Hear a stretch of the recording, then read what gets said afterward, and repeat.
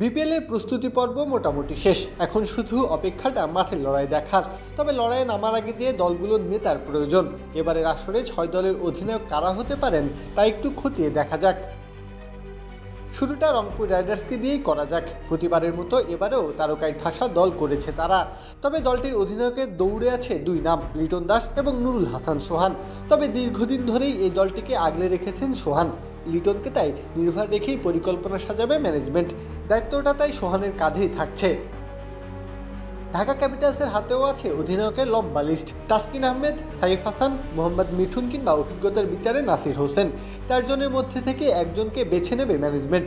এক্ষেত্রে জাতীয় দলের সহ অধিনায়ক সাইফ হাসানের উপরই ভরসা রাখতে পারে ঢাকা।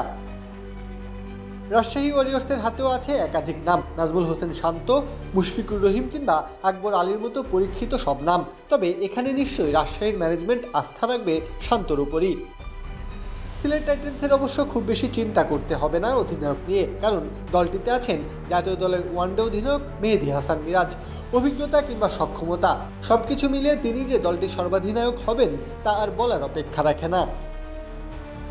নোয়াখালী এক্সপ্রেসের হাতে নামজাদা কোনো অধিনায়ক অবশ্য নেই। সম্ভাব্য তালিকায় সৌম্য সরকার কিংবা জাকের আলীর নামটাই উঠবে। এক্ষেত্রে জাকেরের সাম্প্রতিক পারফরমেন্স মোটেও আশা জায়গা নিয়ে নয়, সৌম্যকে তাই দেখা যেতে পারে দায়িত্বে। তবে দুশ্চিন্তাটা চট্টগ্রাম শিবিরে। দলে ক্যাপ্টেন্সি ম্যাটেরিয়ালের সংখ্যাটা যে নেই বললেই চলে। যদিও 1,10,00,000 টাকা দিয়ে কেনা নাইম শেখকে বিবেচনা করতেই পারে ম্যানেজমেন্ট। খুঁজলে আরও 2 নাম আছে তাদের কাছে। অভিজ্ঞতার হিসাবে শুভাগত হোমের নাম আসলেও প্রাধান্যটা শেখ মেহেদী পাবেন হয়তো। প্রত্যহ কাব্য, খেলা 71।